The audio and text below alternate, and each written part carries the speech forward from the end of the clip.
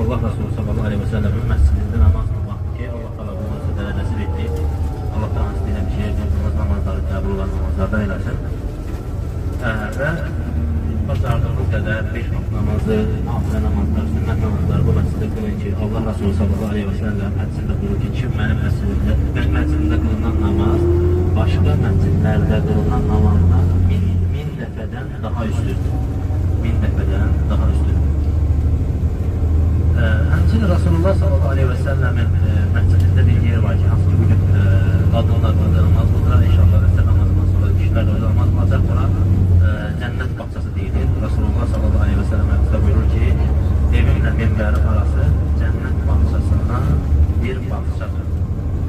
Cənnət bağçasından bir bağçadır. Həmin yer fəzilətinə görə alimlər deyirlər ki, orada qılınan namaz da üstündür, orada edilən dualar da, orada edilən zikirlər də, istənilən ibadət də yerin fəzilətinə görə fəzilətli sayılır. Üçüncüsü, Mədinədə ziyarət olması. Həmçinin Allah Resulü sallallahu aleyhi ve sellemə və onun iki sahabəsi Əbu Bakr radiyallahu anhumaya salam verməkdir ki, necə ki, bunu da Allah Resulullah sallallahu aleyhi ve sellemin bəzi sahabələri edərdi. Mədinəyə gəldikdə və Mədinədən çıxdıqda gəlib Allah Resulü sallallahu aleyhi ve sellemə salam verərdilər. Selamu aleyke ya Resulullah, selamu aleyke ya Əbu Bakr, selamu aleyke ya Ömər deyərək salamlayıb keçərlər. Və Mədinədə ziyarət olması yerlərdən biri də Bəqi qəbirstanlığıdır ki, inşallah sabah namazı, o yalnız kişiləri buraxırlar ora. Sabah namazından sonra qrup rəhbərimiz inşallah sizi ora aparacaq. Bəqi qəbirstanlığına ziyarət edir ki, orada da Rasulullah sallallahu aleyhi ve sellemin 10.000-dən artıq sahabəsinin qəbiri var.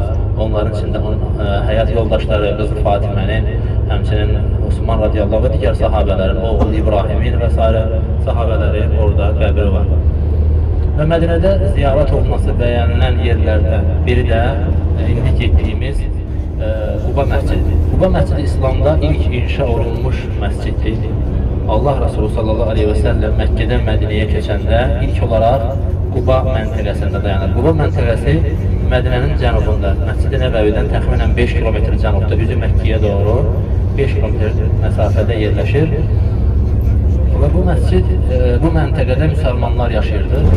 Orada müsəlmanlar var idi. Rasulullah sallallahu aleyhi ve sellem də gəldiyində ilk orada dayanır. Çünki Mədinənin, belə deyək, Mədinənin giriş qapısı Quba məntəqəsi sayılırdı. Allah Resulü sallallahu aleyhi ve sellem gəldikdə orada 14 gün qalır, ondan sonra Mədinəyə gəlir. Və 14 gündə Rasulullah sallallahu aleyhi ve sellemin etdiyi ilk əməl o mübarək məscidi, Quba məscidini inşa etmək olur. Allah Resulü sallallahu aleyhi ve sellem Quba məscidini inşa edir və ondan sonra o Rasulullah sallallahu aleyhi ve sellem Mədinəyə geri dönür. Və beləliklə də Quba məscidi İslamda ilk inşa olunmuş məscid adını qazanır. Və Allah Teala Quran-ı Kərimdə o məscidi təqva üzərində bina olmuş məscid olaraq adlandırır. Lə məscidun ussisə alət təqva min əvvəl yevmin əhaqqu ən təqumə fih. O məscid ki, ilk gündən təqva üzərində bina olub, o məsciddə namaz qıldıya Allah Teala öz Rasuluna əmr edir. O yüzden de Allah Resulü sallallahu aleyhi ve sellem daima Quba məscidini ziyarət edərdi, Quba məscidinə gedərdi və həftədə biz dəfə necə ki, gəlir, hər həftə Allah Resulü sallallahu aleyhi ve sellem Quba məscidinə gedərdi, orada 2 rükət namaz qılardı, Quba əhalisinin halını soruşardı. Və beləliklə də Allah Resulü sallallahu aleyhi ve sellem Allahın əmrini yerinə yetirib və əməli olaraq sahabələrinə Quba məscidini ziyarət etməyinin sünnət olduğunu bəyan edibdir. Eyni zamanda Allah Resulü sallallahu aleyhi ve sellem sözündən də bu əməlin sünnə olduğunu bəyan edir və buyurur ki, kim evində dəstəmaz alarsa və Quba məscidinə gələrsə və orada 2 rükət namaz qılarsa, bir ümrə savabı qazanır. Təsəvvür edin, Azərbaycandan gəlirsiniz Məkkəyə, yəni bu qədər zəhmət və s. bir ümrə savabını qazanmaq üçün bu qədər ona bərabər bir savabı siz bugün inşallah Quba məscidində 2 rükət namaz qılmaqla əldə edirsiniz. Bir o qədər savabı da burada əldə etmiş olursunuz. Və bu da Allahın həm Mədinə əhlinə, həm də Mədinəni ziyarət edən şəxslərə olan Allahın lütfüdür, Allahın bir rəhmətidir. Və Quba məscidində başqa əlavə bir şey yoxdur. Orada yalnız inşallah gedəcəyik, 2 rükət namaz qılacaq, inşallah, yəni kim 2 rükət o niyyətlə ki, ümrə savabını qazanmaq niyyəti ilə 2 rükət namaz qılacaq. Ondan sonra da kim istəsə 2 rükət əlavə duha namazını qılmaq istəyərsə, 2 rükətdən duha namazını qılar və orada vaxt itirməyək. Və ondan sonra biz Uhuda gedək inşallah. Növbəti ki, hansı Mədinədə ziyarət edilməsi sünnət olan yerlərdən biri də Uhuddur. Uhud məzarlarıdır, Uhud döyüşünün baş verdiyi yerdir. Rasulullah sallallahu aleyhi ve sellem oranı da ziyarət edib və ora barədə də inşallah ətraflı Uhudda inşallah məlumat verəcək döyüşün baş verməsi, tarixi haqqında, döyüş haqqında ətraflı Uhudda danışacaq inşallah. İlk o dəvə dayanmışdı. Yox, dəvə dayanmağı o Peyğəmbər sallallahu əleyhi və səlləm məscidinin yerində dayanıbdı. Ən-Nəbəvi indiki. Məscid Nəbəvidə, bəli. Amma burada ilk məscid buradır. Bu demək ki, Məkkə yolu gəlir bura. Buradan Mədinəyə gedirdi. Gəlirdilər, Məkkə oradan gəlirdilər. Buralar məntəqə idi, yaşayış məntəqəsi idi. İlk dəvə o kinodakı kimi dayanır. O yanlışdı orada, kinoda yanlışdı orada. Çünki hamısı deyir ki, buradır. Yox. Burada bəli, Rasulullah sallallahu özü dayanır burada. Niyə görə? Mədinənin dediyim kimi giriş qapısı idi. Belə Mədinə əhli. Gəlir Rasulullah sallallahu burada gözləyirlər. Səhərdən günortaya qədər gözləyirlər burada. Rasulullah sallallahu gələcək. Əlləri boş geri qayıdır hər gün. Və sonra bir gün yenə gözləyirlər, geri qayıdırlar. Günortadan sonra Rasulullah sallallahu gəlir, bir dənə Yahudi görür bunu ki, və belə xam adamdır, müsəlmanlar da öz peyğəmbərini gözləyir və gəlir deyir ki, ey müsəlmanlar deyir, ey Mədinə əhli, gözlədiyiniz adam gəlir. O zaman həmən Mədinə əhli axışır bu Qubaya, Rasulullah sallallahu burada qarşılayırlar. Burada toplaşırlar Peyğəmbər sallallahu başına. Hətta sahabələr Mədinə əhli onu tanımırlar. Və Əbu Bakr radiyallahu anhu, baxmayaraq ki, Peyğəmbər sallallahu əleyhi və səlləmdən 2 yaş kiçik idi. 2 yaş kiçik idi. Amma daha yaşlı görsənirdi. Və insanlar Əbu Bakr Peyğəmbər sayırlar. Mədinə əhli müsəlmanlar. Başlayırlar ona hörmət eləməyə və bir də görürlər ki, Əbu Bakr qalıqdı Peyğəmbər sallallahu əleyhi və səlləm əbbasını Peyğəmbər sallallahu əleyhi və səlləm başına kölgələdi. Ona xidmət elədiyini görəndə başa düşürlər ki, yox, Peyğəmbər budur. Əbu Bakr deyil yəni. O dərəcədə tanımırlar yəni bunları, heç birini tanımırlar. Amma bilirlər ki, Rasulullah sallallahu əleyhi və səlləm gələcək xəbərini almışdılar. Və Rasulullah sallallahu əleyhi və səlləm burada qərar tutur və Quba əhlinin yanında qalır 14 günə. Burada ilk məscidi tikir burada və ondan sonra gedir Mədinəyə. Və Qubada o qiblə dəyişməsi ki var, Mədinədə deyək Qibləteyn məscidi. O qiblə dəyişmənin Buxarinin rivayət elədiyi hədisdə, İbn Ömərdən gələn hədisdə həmin hadisə Quba məscidində baş verir. 2 qibləli məscid bu həmin. Əslində o başqa məsciddir Mədinədə, amma eyni qiblənin dəyişilməsi burada da baş verir. Hədis var ki, İbn Ömərdən gələn hədisdə ki, biz bilirik qiblə müsəlmanlar harca 16 ay, 18 ay təxminən Məscid-i Aqsaya qılır. Məscid-i Aqsa belədir. O tərəf. Hə, Məscid-i Kəbə də bu tərəfədir. Və Mədinə yəhudiləri başlayırlar həmin müddətdə müsəlmanlara təyin eləməyə ki, bunların özünün qibləsi yoxdur. Bizim qibləyə möhtacdılar. Və bu zaman Allah Taala ayə nazil edir ki, sənin üzünün göyə çevrildiyini, Bəqərə surəsindəki ayə nazil olur ki, sənin üzünün göyə çevrildiyini görürük. Üzünüzü Məscid-i Harama tərəf tutun. Bu ayə nazil olandan sonra, bu ayə gəlir nazil olur zöhr namazından sonra. Yəni əsr namazını, məğrib namazını, işə namazını artıq Peyğəmbər sallallahu əleyhi və səlləm hansını Məscid-i Harama qılır. Amma bu 3 namazı Quba əhalisi Məscid-i Aqsaya qılır.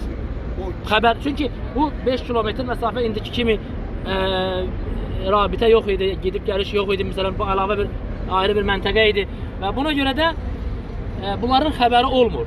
Sabahı gün sabah namazında Quba əhalisindən biri miniyinə minir ki, gedib Rasulullah sallallahu əleyhi və səlləmlə bərabər sabah namazını qılıb. Və ora gedəndə görür ki, Rasulullah sallallahu əleyhi və səlləm Məscid-i Harama doğru namaz qılır. Namaz qutaran kimi miniyinə minir, həmin bura gəlir. Və gəlir görür məscidin çölündən görür ki, cəmaət bir rükət qılıb, ikinci rükətdədirlər. Məscidin çölündən bağırır ki, ey müsəlmanlar, qiblə Məscid-i Harama doğru dəyişdi. Bu zaman imam, üzü bəbələr olan imam, yəni yerində çevrilir və səhvləri yara-yara gedir qiblə tərəfə. Və hər kəs də yerində çevrilir belə bir rükətini Məscid-i Harama, digər rükətini də bir rükətini Məscid-i Aqsaya, o bir rükəti də Məscid-i Harama doğru burada qılırlar. Həmin hədis Buxaridə keçir. Bu hadisə Quba məscidində baş verməsi sabitdir. Hətta Qibləteyn məscidində olan qissələrin bəziləri alimlər səhih deyirlər, bəziləri zəif deyirlər, amma buradakı dəqiqdir. Rasulullah sallallahu əleyhi və səlləm özünün başına gəlməyib o hadisə, sahabələrin başına gəlib. O namazda qiblənin dəyişilməsi sahabələrin başına gəlib əslində. Bu 2 qibləli niyə görə deyirlər? O başqa bir hədis var, insanlar arasında o şəkildə daha çox tanınır. Məsələn, elə şeylər var ki, yəni insanlar o şeyi daha çox məşhurlaşdırırlar. Bismillahirrahmanirrahim. Bu Mədinənin hal-hazırda biz qərb tərəfinə doğru gedirik. Məscid-i Nəbəvidən qərb tərəfinə doğru gedirik. Və bu indi hal-hazırda inşallah biz az sonra Mədinə İslam Universitetinin yanından keçəcəyik inşallah. Mədinə İslam Universiteti 1961-ci ildə Mədinədə qurulmuş və bütün İslam ümmətinə xidmət edən bir universitetdir. Hal-hazırda bizim universitetdə dünyanın 170 ölkəsindən 24 min tələbə oxuyur. Və bu universitetin ərazisi təxminən 2 kilometr uzunluğu, 1 kilometr enidir. Yəni 200 hektar ərazidə yerləşir.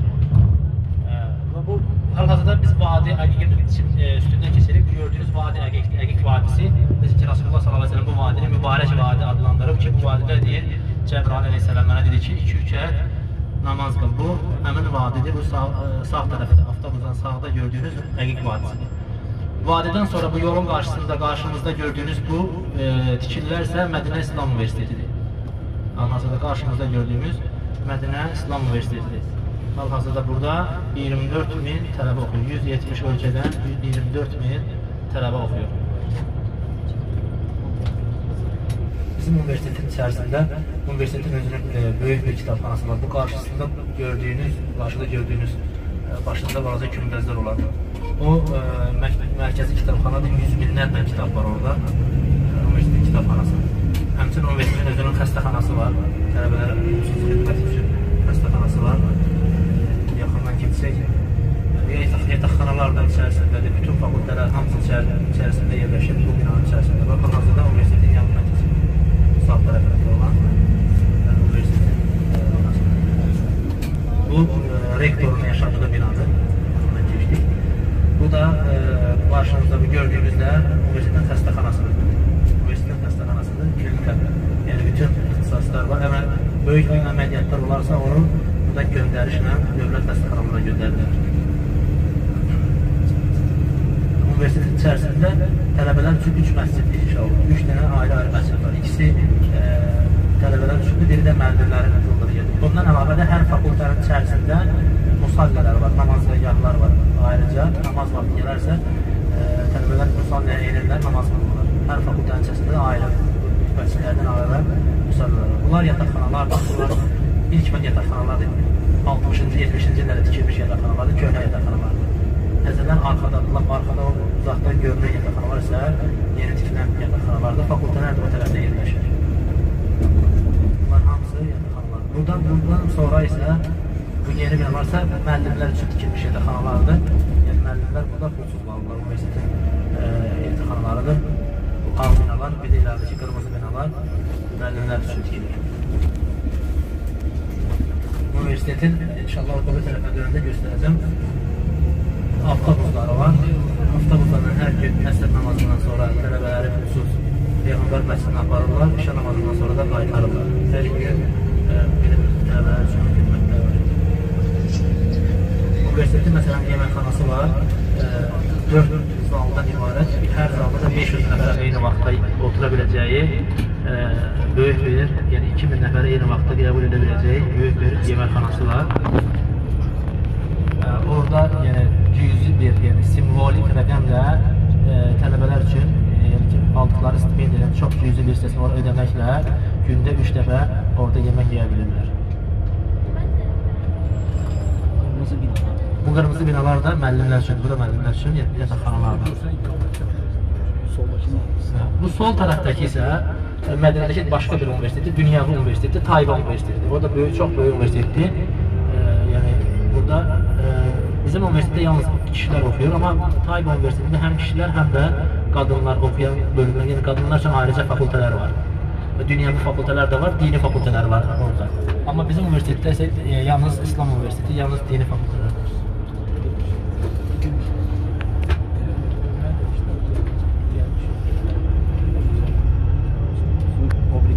Bu universitetin harca 10'a yaxın qapısı var. Bu 6-cı qapısı, giriş qapıları bunlar. Bu qapıdan sonraki ağ binalar var, bu görürsünüz. Bunlar tələbələrin yataqxanalarıdır. Bax, bu gördüyünüz tələbələrin yataqxanalarıdır. Bir də fakültələr, aşağı tərəfdə də fakültələr var.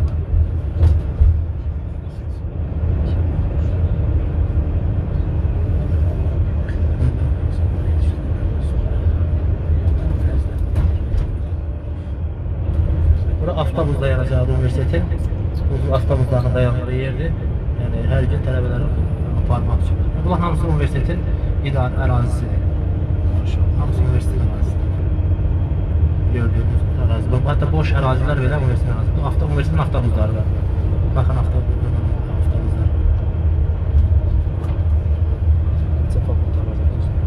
Universitetdə əsas 5 fakültədir. Birinci Quran-ı Kərim fakültəsidir. Bu fakültədə Quranın 10 qiraət üzərində oxumağı öyrədirlər. Həmçinin təfsir elmini orada daha üstün şəkildə, daha güclü şəkildə keçirlər. İkinci fakültə hədis fakültəsidir. Hədis fakültəsində hədis əzbəridir və həmçinin hədis elminin şərhidir və hədis elminə bağlı hədis elminin əsasları və s. bu daha geniş şəkildə öyrədilir. Üçüncü şəriət fakültəsidir. O fakültədə şəriət fakültəsində fiqhi, usul fiqh elminin əsaslarını, miras elmini, qazilik məsələlərini, İslam iqtisadiyyatını, İslam siyasətini, yəni şəriət siyasətini, şəriət idarə ediciliyini öyrədirlər. Bu üçüncü fakültə. Dördüncü fakültə dəvət fakültəsidir. Dəvət fakültəsində tövhidi, əqidəni, həmçinin dəvət üsullarını və həmçinin Peyğəmbər sallallahu həyatını, İslam tarixini daha geniş şəkildə öyrədirlər. Beşinci fakültədə lüğət fakültəsidir. Lüğət fakültəsində də ərəb dilçiliklə, əsas dilçilik üzrə mütəxəssislər yetişdirirlər. Dilçilik və bəlağət elmi üzrə tələbələr yetişdirirlər. Yəni Allah həmd olsun ki, bizim demək olar ki, bütün fakültələrdən də tələbələrimiz var. Burada gördüyünüz lövhə haramın son həddidir. Yəni haram bölgə bura qədərdir. Buradan sonra haram bölgədən çıxmış oluruq. Yəni haram bölgədən Mədinədə yerləri bəllidir. Məkkədə də Mədinədə də haram bölgə var. Allah Resulü sallallahu aleyhi və səlləm bəyan edib ki, hədisdə hardan hara qədər haram bölgədir və burada haram bölgədə müəyyən şeylər var ki, onu etmək olmaz. Məsələn, ov ovlamaq olmaz, ağaçları qırmaq olmaz, tapılan əşyərdə gördüyün əşyanı götürmək olmaz. Həmçinin oranın başqa özəlliklərindən odur ki, orada insan edilən günahlar da daha böyükdür. Rasulullah sallallahu aleyhi və səlləm buyurur ki, haram bölgəni bəyan edir, hansı dağdan, İr dağından deyib, Sor dağına qədər haram bölgədir. Kim orada bir bidət edərsə, bir dində bir yenilik edərsə, yaxud bir bidətçiyə sığınacaq verərsə, ona yardım edərsə, Allahın, mələklərin, bütün insanların lənəti deyir, onun üzərinə olsun. Yəni bu, yəni Mədinə üçün təhlükədir. Həmçinin Məkkə üçün də eynidir, haram bölgədə. O yüzdən bəzi sahabələr yaşamaqdan qorxurdular Məkkədə, Mədinədə ki, birdən bir günah edərik deyə. İbn Abbas kimi sahabə, İbn Abbas kimi fəzilətli bir sahabə Məkkədə yaşamır. Taif yolunun üzərində yaşayır, namazları gələrmiş, Məkkədə qılarmış, haram bölgənin çölündə qalırmış. Həmən sonra evli qaydarmış. Yəni ki, birdən günah edərəm deyir. Subhanallah, görün, indi bizim halımız necədir. Və Mədinədə yəni hətta Ömər radiyallahu anh vaxtında bir dəfə zəlzələ baş verir. Ömər radiyallahu anh bütün Mədinə əhlini toplayır ki, bu sizin günahınız üzərinizdən baş verdi bu zəlzələ. Əgər belə bir zəlzələ bir də təkrar olarsa, sizi hamınızı Mədinədən qovacam deyir. Baxın, sahabələr bu dərəcədə Mədinəyə qarşı hörmətlidir. Bu qarşımızda gördüyümüz, irəlidə gördüyümüz Kral Fəhd adına Quran nəşriyyatıdır. Burada ildə 10 milyon nüsxə, əvvəllər 10 milyon, indi 20 milyona qədər artırıblar ildə. Quran-ı Kərim ərəbcə çap olunur, bütün gələn zəvvarlara paylanır və müsəlman dövlətlərinə pulsuz paylanır. Quran-ı Kərimə bu gördüyünüz içərisində məscidi, binaları və həmçinin burada 70-dən artıq dilə, o cümlədən o dilin içində Azərbaycan dili də var, həmçinin Rus dilində, Azərbaycan dilində, Türk dilində, bildiyiniz bütün dillərdə. Yəni, içəridə inşallah göstərəcəyik. Orada Quran-ı Kərim tərcümə olunub və ya müsəlmanlara faylanılır. Bu sağımızdakı olan da xurma bağçalarıdır. Mədinə Rasulullah sallallahu vaxtından da xurma ağaçlarından məşhur olub, xurma bağlarından məşhur olub. Mədinə əhli əkinçiliyi ilə məşğul olub həmişə. Görürsünüz də sağ tərəfdə, sol tərəfdə var xurma bağları. Mədinənin xurma bağları var. Qarşımızda Uhud dağı. Uhud dağının adı niyə Uhuddur? Uhud əhəd sözündən götürülüb tək deməkdir. Yəni heç bir dağ silsiləsindən bağlılığı olmadığı üçün, ortada tək olduğu üçün buna Uhud dağı deyirlər. Uhud dağının uzunluğu təxminən 7,2 kilometrdir, eni 3 kilometr. Bax, biz hal-hazırda Uhudun en tərəfini görürük. Uzunluğu deyil. Bu en tərəfini, qarşımızda gördüyünüz Uhudun en tərəfini təxminən 3 kilometrdir. Yəni bu həcmini, məsafəsini nə üçün anladırıq? Az sonra Rasulullah s.ə.v hədisi bəyan edəcəm. Onun üçün hətta geoloqlar təxmini olaraq deyirlər ki, Uhud dağının ağırlığı təxmini olaraq 45 milyard tondur. Bu nə üçün deyirik? Rasulullah s.ə.v hədisdə buyurur ki, kim bir müsəlmanın cənazəsini qılarsa, onun üçün bir qirat savab var. Və kim cənazəni qıldıqdan sonra onun cənazəsində iştirak edərsə, onun üçün 2 qirat savab var. Sonuçlar 2 qirat nə qədərdir? 2 Uhud dağı qədərdir.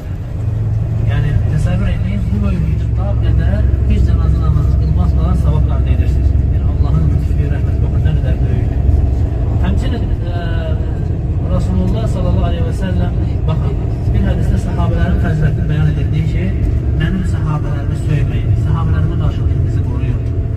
Çünki sizdən biriniz bu gördüyünüz Uhud dağı böyüklüyündə qızıldan sədəqə versə belə, təbii ki, bu yer üzündə heç zaman mümkün olmayacaq, bu dağ böyüklüyündə qızıldan sədəqə versə belə, səhabənin verdiyi bir olacaq, hətta onun yarısına belə çata bilməz. Təsəvvür edirsiniz, bu dağ böyüklüyündə, Uhud dağı böyüklüyündə, bu həccədə qızıldan sədəqə verirsiniz, amma yenə də səhabənin verdiyi bir oruç sədəqəyə çata bilmirsiniz. Bu da səhabələrin Allah qatında nə qədər üstün insanlar olduğunu bəyan edir. Çünki onlar Rasulullah s.a.v. onların gözləri o mübarək insanlar Rasulullah s.a.v. görür. O insanlar Peyğəmbər s.a.v. dar günündə, çətin anında onun daimi yanında olurlar. Canlarıyla, mallarıyla Rasulullah s.a.v. yardım edirlər. Onu özlərindən, ailələrindən, övladlarını hər kəsdən daha çox sevdilər. Və onun üçün hər bir şeylərini, Allah Resulü s.a.v. üçün hər bir şeylərini fəda edirlər. Və ona bəzi bariz nümunələri inşallah biz indi orada gedirik, Uhud şəhidlərini. Orada biz qısa bir məlumat verəcəyik döyüş barədə, bəzi səhabələrin etdiyi şücaətlər barədə, səhabələrin etdiyi əməllər barədə bəzi məlumatları verəcəyik. Sonra da Uhud şəhidlərini salamlayacaq, onlara sünnədə gəldiyi kimi salam verəcəyik, Uhudda dəfn olunanlara, şəhidlərə, sonra avtobusa minib, inşallah ortaya verəcəyik. Bismillahirrahmanirrahim, elhamdülillah Rabbil alemin, və salatu və selamu alə əşrəfil ənbiya və mürselin, Nəbiyyina Muhammedin və alə əlihi və ashabi əcməni və ba'd. Bu yer Uhud döyüşünün baş verdiyi yerdir. Hicrətin 3-cü ilində Rasulullah s.a.v. Mədinəyə köçəndən 3 il sonra Məkkə müşrikləri ondan bir il öncəki, yəni Bədr döyüşünün qisasını almaq üçün 3000 nəfərlik ordu toplayırlar. Həm Məkkə əhlindən ibarət, həm də ətraf qəbilələrdən ibarət bir ordu toplayırlar. 3000 nəfərlik ordu ilə Mədinəyə Bədr döyüşünün qisasını almaq üçün yola çıxırlar. Əbu Sufyanın başçılığı ilə Mədinəyə doğru yol alırlar. Və Rasulullah s.a.v. bunu eşidəndə sahabələri ilə məşvərət edir, sahabələrini toplayır, məşvərət edir ki, necə müdafiə olunaq. Sahabələrdən bəzisi Mədinənin içərisində qadınları və uşaqları qalalara yerləşdirməklə Mədinənin dar küçələrində onlarla özlərini bu şəkildə müdafiə edəməyi təklif edirlər. Və Rasulullah s.a.v.'in özü də bu rəydə olur. Amma nisbətən gənc sahabələr, xüsusən də o insanlar ki, Bədr döyüşündə iştirak etməmişdilər, və o insanların istəyi olur ki, Mədinənin çölünə çıxaq, onlarla üzbəüz əsl döyüş baş versin. Çünki Mədinənin içində döyüş demək olar ki, baş verməyəcəkdir. Və Rasulullah s.a.v. artıq onların israrını görərək buna razı olur, Mədinənin çölünə çıxmağa razı olur və bu olduğumuz yer Mədinənin şimalıdır. Peyğəmbər s.a.v. məscidi 5 kilometr cənubdadır. Mədinənin şimalına doğru və Mədinənin tək giriş yolu da bura olur. Mədinə 3 tərəfdən bağlı olur, tək giriş yolu Məkkədə cənubdan gələrlərmiş böyük ordular. Sonra buradan üzü Mədinəyə doğru giriş edərlərmiş. Əsas orduların, qafilələrin giriş nöqtəsi buradan olub. Və Rasulullah s.a.v. Hətta Ənəs bin Nadr radiyallahu anhu az sonra inşallah onun həyatını danışacaq. Ənəs bin Nadr radiyallahu anhu deyir ki, əgər Allah mənə qismət edərsə, düşmənlə üzbəüz vuruşmağı qismət edərsə, mənim necə vuruşduğumu görəcəksiniz deyir inşallah. Və o Bədirdə iştirak etmədiyinə görə üzülürdü ki, niyə görə Bədirdə iştirak etməmişəm. Və Rasulullah s.a.v. yuxu görür, yuxusunu yozur, öz yuxusunu sahabələrinə danışır, yuxusunun yozumuna görə Mədinədə qalmağın daha üstün olduğunu düşünür. Amma sahabələrin israrına görə Rasulullah s.a.v. sahabələri ilə bura çıxır. Çünki Allah Teala Quranda buyurur ki, onlarla işlərində müşavirə elə, məsləhət et. Ona görə də Rasulullah sallallahu aleyhi ve sellem onlarla məsləhət edir və onlar da buna istədiyinə görə və Rasulullah sallallahu aleyhi ve sellem bura gəlir 1000 nəfərlik bir ordu ilə Uhuda doğru yol alır. Yolda 300 nəfər Abdullah bin Ubey bin Səlul, münafiqlərin başçısı deyir ki, Muhammed uşağın sözü ilə bizi ölümə aparır və belə bir şayə buraxır və buna görə münafiqlər və bəzi müsəlmanlar da bunlara uyur, 300 nəfər geri qayıdır. Yoldan geri qayıdır və Rasulullah sallallahu aleyhi ve sellem bura cəmi 700 nəfərlik bir ordu ilə gəlir. Və Rasulullah sallallahu aleyhi ve sellem müşriklərin təxminən burada müsəlmanların əkin sahələri olur. Həmin əkin sahələrinin yanında müşriklərin qərargahları olur. Və Rasulullah sallallahu aleyhi ve sellem bu tərəfdən gəlir, arxalarını Uhud dağına söykəmək şərti ilə bu ərazidə qərar tuturlar.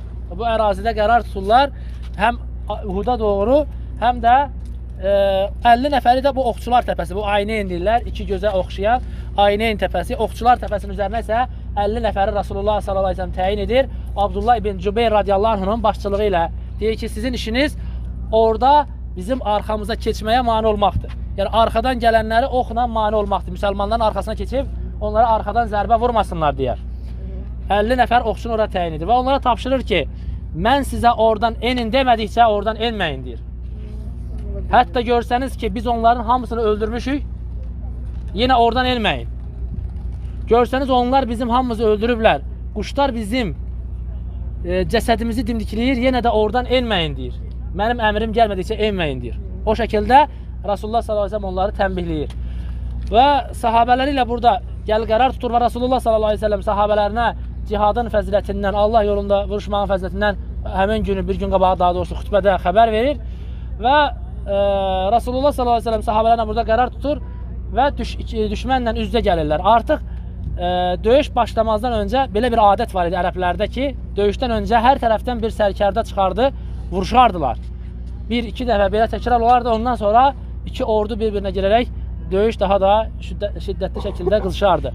Və müşriklərin məşhur sərkərdələrindən olan, ərəblərin ən məşhur pəhlivanlarına olan Talha ibn Əbu Talha çıxır dəvənin üzərində və mənim də qarşıma çıxan varmı?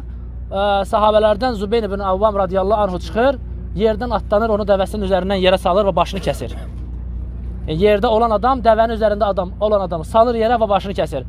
Və Rasulullah sallallahu aleyhi ve sellem deyir ki, hər bir peyğəmbərin bir həvarisi var, mənim həvarim də Zübeyir ibn Avvam radiyallahu anhudur. Yəni yardımçım, köməkçim də Zübeyir ibn Avvam radiyallahu anhudur. Və burada müsəlmanlar böyük bir şücaət göstərirlər. Allah Taala bu döyüşdə də mələklərlə yardım edir. Hətta Abdullah ibn Abbas radiyallahu anh deyir ki, Allah Taala Uhudda mələklərlə yardım etdiyi qədər heç bir döyüşdə yardım etməmişdi. Sahabələr deyir, qılıncımızı qaldırardıq, vurmaq istəyəndə deyir, düşmənin başı yerə düşərdi. Biz görmədiyimiz halda deyir, başı kəsilərdi deyir. Allah Taala mələklərlə yardım edir burada. Və təkcə Həmzə radiyallahu anhu tək başına burada 30 nəfər müşriklərdən öldürür. Yəni onlar böyük itkilər verirlər.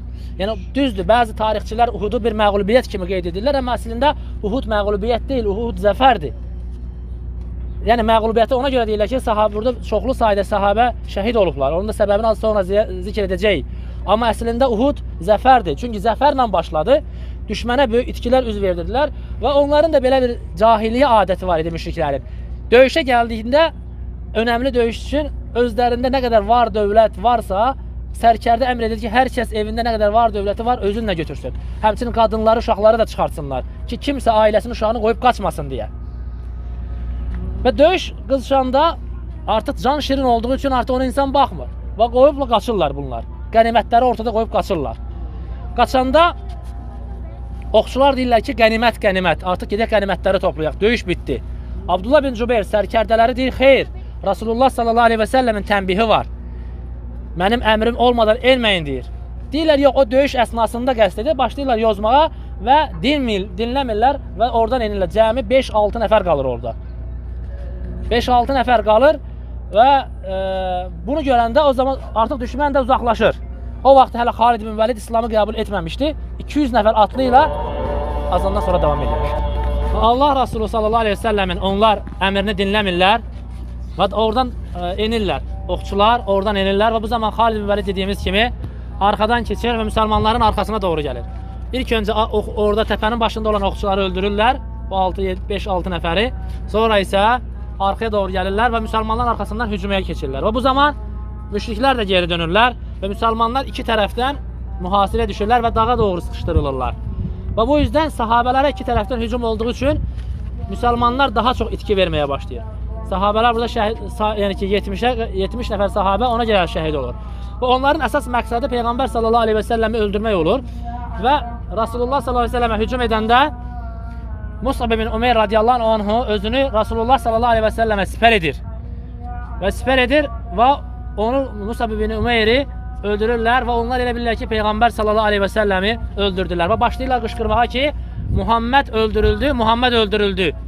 Və bu xəbər də yayılanda həm onların daha da həvəslə vuruşmasına və müsəlmanların da həvəsdən düşməsinə səbəb olur. Ruh düşkünlüyünə səbəb olur. Və müsəlmanlar artıq bəziləri silahı, qılıncını yerə qoyur, vuruşmaq istəmirlər. Rasulullah sallallahu aleyhi ve sellem öldürüləndən sonra daha biz niyə yaşayırıq, niyə vuruşuruq deyə. Və Ənəs ibn Nadr radiyallahu anh bu zaman meydana gəlir və görür ki, insanlar, bəziləri müsəlmanlar silahı yerə qoyub. Deyir, niyə silahı yerə qoymusunuz? Həmin az öncə dediyim ki, Ənəs ibn Məlikin əmsi olur o. Məşhur Ənəs ibn Məlikin əmsi olur Ənəs ibn Nadr. Deyirlər ki, Rasulullah sallallahu aleyhi ve sellem öldürüldü. Deyir, subhanallah, o öldürüldüsə onun Rəbbi sağdır, deyir. O öldürüldüsə, o nə yolda öldürüldüsə, siz də o yolda ölün. Və qılıncını alır, düşmənin üzərinə doğru atlanır. Və qarşısına Səd ibn Əbu Vaqqas radiyallahu anh çıxır, deyir, ey Səd, deyir, mən deyir, cənnətin iyisini Uhuddan alıram. Artıq deyir, cənnətin iyisini hiss edirəm, deyir. Və düşməndən xeyli sayda adam öldürəndən sonra özü də burada şəhid olur. Subhanallah, şəhid olduğunu hiss edir. Hətta gəlir ki, yuxusunda görür onu. Bir gün öncə şəhid olacağını yuxusunda görür. Və deyir, cənnətin iyisini alıram. Və burada hətta o bədənində o qədər yara, nizə, ox izi olur ki, bacısı barmaq uclarına 80-dən artıq qılınc, nizə və ox yarası olur bədənində. Bacısı yalnız barmaq uclarından tanıyır.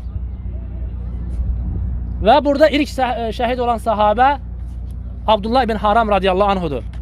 Abdullah ibn Haram kimdir? Məşhur Cabir ibn Abdullahın həmişə hədislərdə adı keçən Cabirin atasıdır. İlk şəhid olan sahabədir burada. Və döyüşdən sonra Rasulullah sallallahu aleyhi və səlləm görür ki, Cabir radiyallahu anh ağlayır. Atasıyla bərabər döyüşdə iştirak edirdi. Deyir, ey Cabir, sənə nə olub? Niyə ağlayırsan? Deyir, ya Rasulullah, atam Uhudda şəhid oldu. Və özündən sonra da böyük bir ailə buraxdı. Yəni, mənim üzərimə bir ailə buraxdı. Evin böyük evladı olur Cabir. Deyir, ey Cabir, sənə elə bir müjdə verim ki, sənin üzünü güldürsün, deyir. Allah Teala bu günə qədər heç kəslə üz-üzə danışmamışdı. İlk dəfə sənin atanla üz-üzə danışdı. Allah Teala sənin atana dedi ki, ey qulum, məndən nə istəyirsən? Sənin atan dedi ki, ya Rəbbi, baxın, subhanallah, istəyə baxın. Ya Rəbbi, məni təkrar dirilt, dünyaya dönüm, təkrar sənin yolunda bir də şəhid olum, deyir. Subhanallah. Və deyir, Allah Teala dedi ki, mənim hökmüm dəyişilməz. Yəni, bu dünyadan köçən bir daha qayıtmaz. Dedi ki, ya Rəbbi, o zaman mənim halımı dünyadakı qardaşlarıma xəbər verin. Xəbər ver. Və bu zaman Allah Teala ayə indirir Muhammed sallallahu aleyhi ve sellemə. Allah yolunda öldürülənləri ölü saymayın. Onlar diridirlər, Allah yanında ruzilənirlər. Bu ayələr kimin haqqında nazil olur? Abdullah bin Haram radiyallahu anh haqqında nazil olur. Qiyamətə qədər oxunacaq. Hər oxunduqda o sahabəni xatırladan ayələr nazil olur. Və sahabələrin halı bu olur. Biri özünü sipər edir, şəhid olur. Biri ilk meydana atılanlardan olur. Ənəs ibn Nadırın hərəkəti müsəlmanları təzdən şücaətləndirir və təzdən onlar düşmənin üzərinə atılırlar və təkrar onlar buradan müsəlmanlar düşməni, kafirləri uzaqlaşdırırlar. Lakin artıq müsəlmanlar burada itki vermiş olurlar. Və Rasulullah sallallahu aleyhi ve sellem burada üzü yaralanır. Ayağı çuxura düşərək zirehi onun üzünü yaralayır. Və Rasulullah sallallahu aleyhi ve sellem dişi düşür burada. Və Rasulullah sallallahu aleyhi ve sellem deyir ki, Peyğəmbərini yaralayan bir qövm necə qurtuluşa çata bilər? Və ayə nazil olur ki, leysə ləkə minəl əmr şey, onların işi sənə aid deyil. Yəni Allah istədiyinə hidayət verir. Sənin işin dəvət etməkdir. Baxın, bizim üçün burada nə qədər ibrətlər var. Və sonda döyüş bitəndən sonra Rasulullah sallallahu aleyhi ve sellem baxır ki, şəhidlər arasında Həmzə radiyallahu anh var. onun əmsi, doğma əmsi Həmzə radiyallahu anh burada şəhid olur. Çünki Bədir döyüşündə Cübeyr bin Mut'imin əmsi öldürülür müşriklərdən. Cübeyr bin Mut'im öz köləsi Vəhşiyə deyir ki, sən də Peyğəmbərin əmsini öldür, Uhudda səni mən azad edəcəm. Və Vəhşi də deyir, mən bir dağın dalında, bir təpənin dalında gizlənmişdim. Həmzə deyir, Vəhşi dəvə bir dəli dəvə kimi döyüşürdü. Sağa sola deyir, vuruşurdu. Və bir də gördüm, mənə tərəf gəlir, nizəni attım deyir, qarnına girdi deyir, arxasında kürəyindən çıxdı. Və yenə də deyir, mənə doğru addımlamağa başladı. Mən bilirdim ki, deyir, mənə yaxınlaşsa məni də öldürəcək. Amma mənə addımlar qalmış deyir, dizi yerə gəldi, yıxıldı. Amma o, demək ki, onun ürəyini çıxardıblar, çiynəyib. O qıssalar hamısı yalandır, uydurma rəvayətlərdir, səhih bir şey o barədə heç bir şey yoxdur. Və onun sifarişçisi də Cübeyr bin Mut'im olur. Yəni, Əbu Süfyanın arvadı deyil, Cübeyr bin Mut'imin özü olur. Əmsinin qisasını almaq üçün Rasulullah sallallahu aleyhi ve sellem'dən belə bir əmr edir. Və burada həmçinin şəhid olan sahabələrdən dediyimiz kimi Rasulullah sallallahu aleyhi ve sellem özünü sifər edən Musab bin Umeyr radiyallahu anh olur. Həmçinin Abdullah bin Cübeyr oxçuların sərkərdəçisi olur. Həmçinin Peyğəmbər sallallahu aleyhi ve sellemin bibisi oğlu Abdullah bin Cəhş öz zövcəsi Zeynəbin qardaşı, yəni Peyğəmbər eyni zamanda Rasulullah sallallahu aleyhi ve sellemin qayını Abdullah bin Cəhş radiyallahu anh da burada şəhid olur. Və Rasulullah sallallahu aleyhi ve sellem onları burada dəfn edir. Həmin şəhidləri burada dəfn edir. 3 nəfəri ayrıca burada dəfn edir. Göstərəcəm inşallah. Əmsi Həmzəni, Musab bin Umeyri, bir də Abdullah bin Cəhşi, bibisi oğlunu 3 nəfəri ayrı dəfn edir. Digər sahabələri isə 69 nəfəri isə orada 3-3-4-4 dəfn edir. Onların ki, bir qəbirə 3 nəfəri, 4 nəfəri yerləşdirməklə o şəkildə dəfn edir. Və ilk dəfə burada bəzi şəri əhkamlar üzə çıxır. Onlardan şəhidlərin yuyulmaması, kəfənlənməməsi, onlara cənazə namazı qılınmaması ilk dəfə Rasulullah sallallahu aleyhi ve sellem burada o hökmləri burada tətbiq etmiş olur. Və Uhudda bizim üçün böyük faydalar var. Birincisi, Rasulullah sallallahu aleyhi ve sellem qeybi bilmirdi. İkincisi, Rasulullah sallallahu aleyhi ve sellem Allahın izni olmadan nə özünə, nə başqasına sağlığında gəl fayda verib, zərarı dəf edə bilmədisə, ölümündən sonra ondan yardım istənilməz. Həmçinin, Allah Resulü sallallahu aleyhi ve sellemin əmrinə itaət eləmək, onun əmrinə itaət eləmək vacibdir. Onun əmrinə qarşı çıxmaq bəzən olur ki, təkcə insanın özünə yox, bütün müsəlmanlara zərər toxundurur. Necə ki, oxçuların dinləməməsinin zərəri bütün müsəlmanlara toxundur. Və həmçinin İslamın ədəblərindəndir ki, müsəlmanlar, baxın, az öncə bir neçə sahabənin adını çəkdik. Kimlərin adını çəkdik? Kimlər ki, şücaət göstərib? Adlarını çəkdik. Amma oxçular, oradan dağdan edən oxçuların adını kimsə bilirmi tarixdə? Xeyr, kimsə bilmir. Sahabələr onların da adını bizə deyə bilərdi. Tarix kitablarında gələrdi ki, filan kəslər indi. Xəta edənlərin. Ona görə bir müsəlman xəta edəndə İslamın ədəbindəndir ki, insan onu gizlətsin. Müsəlmanın eybini örtsün. Yaxşı əməl sahiblərinin adını çəkmək, onları zikr etmək, onların adını yaşatmaq İslamın əxlaqındandır. Xəta edənlərin xətasını örtmək, eybini örtmək də həmçinin İslamın əxlaqındandır. Həmçinin burada olan ibrətlərdən, faydalardan da biri, dediyimiz kimi, cənazə ilə, yəni ki, şəhidlərin dəfn olunması ilə bağlı hökmlərdir.